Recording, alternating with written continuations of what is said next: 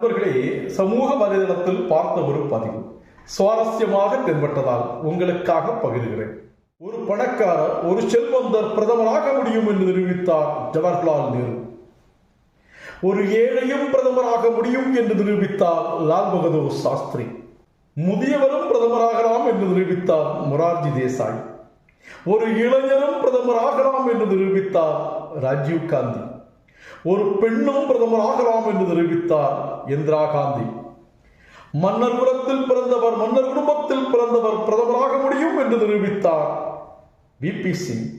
விவசாயியும் பிரதமராக முடியும் என்று நிரூபித்தார் சரண் சிங். ஒரு கவிஞரும் பிரதமராக முடியும் என்று நிரூபித்தார் அடல் பிகாரி வாஜ்பாய். யார் வேண்டுமானாலும் பிரதமராக முடியும் என்று நிரூபித்தார் தேவகவுடா. பிரதமராகாமலே இந்த நாட்டை ஆட்சி செய்யலாம் என்று நிரூபித்தார் சோனியா காந்தி. டீ கடைக்காரரும் இந்த தேசத்தின் பிரதமராக முடியும் என்று நிரூபித்து மற்ற எல்லா பிரதமர்களையும் விட மிகச் சிறப்பாக செயல்பட்டுக் கொண்டிருக்கிறார் நரேந்திர மோடி.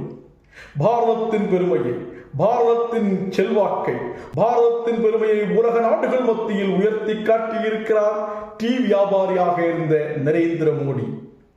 நண்பர்களே, பதிவு பிடித்திருந்தால் பகிருங்கள். தொடர்வோம். உங்கள் கிரீஷ்.